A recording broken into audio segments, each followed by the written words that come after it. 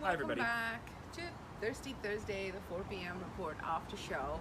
And today we're displaying some real thirst over here by way of a bunch of beverages. Tell us more, Will. So today I read an article about the hard seltzer, meaning alcohol in seltzer water, market, and how, according to Nielsen, in the past 4 weeks alone, this category of beverages in your local liquor store has climbed 164%. That's in 4 weeks.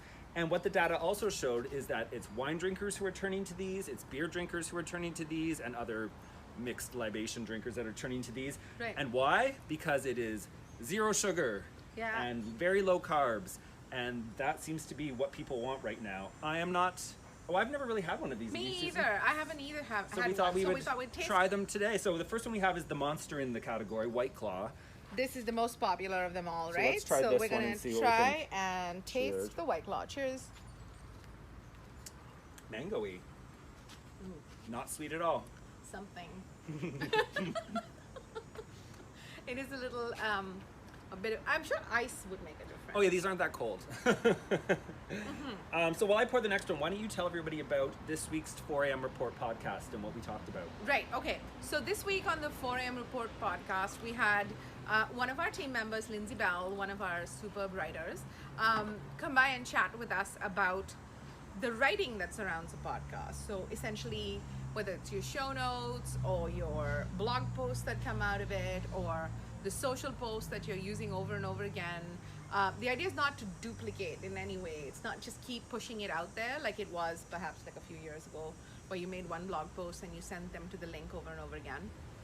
This time around it's much more nuanced, right? You want to make sure that you're giving people different snippets in different formats and really appealing to that multimedia, rich media kind of thing. So that's what we talked about. If that's of interest, SEO for podcasting using the written medium, you know, there's a power 20 minutes of that on our podcast. And the main message is, if you do a podcast, grab the transcript because that will be the gift that keeps on giving. So Agreed. that. This Now, next what are we one, tasting here? it's spiked seltzer cranberry. Let's try it. Yeah, okay, this one's... Kind of tastes like a melted popsicle. Yeah, they all have that like sort of like, I don't know, the taste of can. Yes. Okay. Okay, so that's the next one. So now what else did we want to talk about? The third story on our list was Burger King sort of Killing it. Yeah, I never thought I'd be like applauding Burger King, but you might know that back, when the ad awards in Cannes happened, the big winner in one category was that Burger King Moldy Whopper, how you slowly watch the Whopper mold to show that, yes, the Whopper is made with all real ingredients. For those people who say fast food is fake, they wanted to prove it's not. It molds and decays just like any other food. And I know that we differed on that. You were like, oh yeah, the people appreciated it, and I can see why people want to see that. And I was just... You were disgusted. Disgusted. You're already not a meat eater anyway, not a so meat it probably eater, is like... and a moldy bit of meat was not my jam. But yeah, they've been doing some cool things, right? Yeah. Like, I mean, They did, so two things that in the past 2 weeks we saw. The one that is hilarious, and you should check it out, it was they took all of that footage from late night Burger King messiness with drunk people throwing things, falling down, someone has his pants off. It's all these clips that you might have seen people behaving badly late night at Burger King, and they turned it into, what was the tagline? It was... aren't you glad that it's late night ordering? Or something to that effect. You don't have to come in. Oh no! You don't avoid the worst of Burger King to get the best of Burger King type thing. That was quite cool. Yeah. We were into it. And what was particularly cool is that it's all user generated content, right? Like it's all little, like some of them are horizontal videos, some of them are vertical with the black lines on the side, but it's still really cool. And it reminds me how old I am. Yeah, it was neat. Also, Burger King, I saw that they did this thing where if you order through whatever system, an app, or maybe, I don't know, however it was, if you order, they will send you a mask printed with your order on it. So say you liked a Whopper with cheese and French fries, you're gonna get a mask that says that. And the idea is you can go in and they'll just see the order.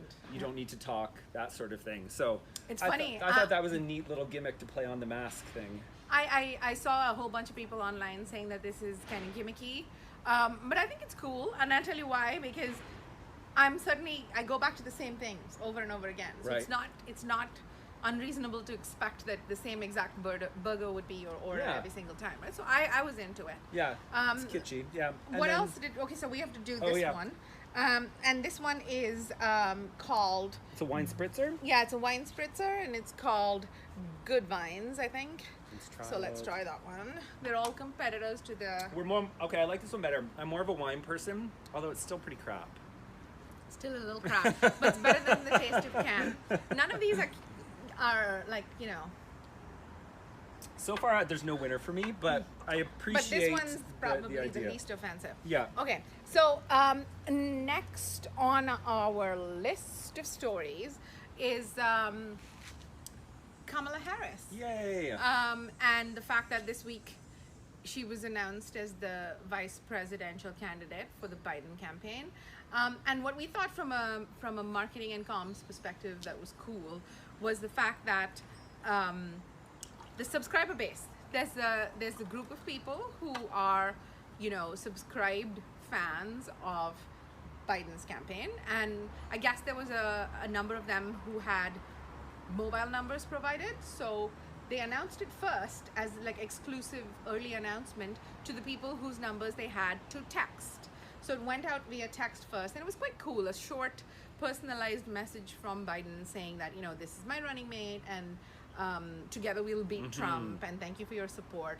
And I thought that was a really good way to leverage I think that's very cool. Loyalty and give people the information ahead of time. So that was That's cool. Yeah.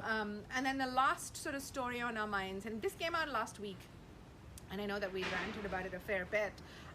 It's the story of Bon Apetit and their chef Priya Krishna, the author of Indianish, the book, and the fact that she left Bon Apetit last week quite publicly, and she'd put out a statement about how she was leaving this partnership because she felt she was deeply undervalued, and the tokenism that we've been talking about on multiple fronts, right? She felt like she was the token person of color. Oh yeah, exactly. And she even said that the videos, I mean, I've followed her for a while and actually found her via Bon Appetit. I've followed her for a while, and she does stellar work, and apparently she gets paid $300 a video. Like, come on. $300 a video at that level of it. Yeah. It's just sad that level of like undervaluing is still happening. But good on her for sort of forging her own path, and that was the story. So now, what is the very last one here? This is a Canadian company that's kind of the equivalent of White Claw, I was told. It's called Cottage Springs. This one's got some Ontario peach infused into it, Susan. So let's hope Team Canada wins for us. Slightly better than those. This is not disgusting. No, it's mild, and the peach flavor is very mild. It's kind of like just club soda with a little... If it was cold, maybe I would actually say it's good, but I like it. I think this is my winner, actually. This is probably my winner as well. That Spritzer was okay, but this is essentially what we'd say, yay, Canada. Look, you all red and we everything. did not rig that. Okay. We did not rig that. We've never tasted these things. So that's our Thirsty Thursday right there. Thank you. Tell us what you're seeing that's thirsty on the interwebs.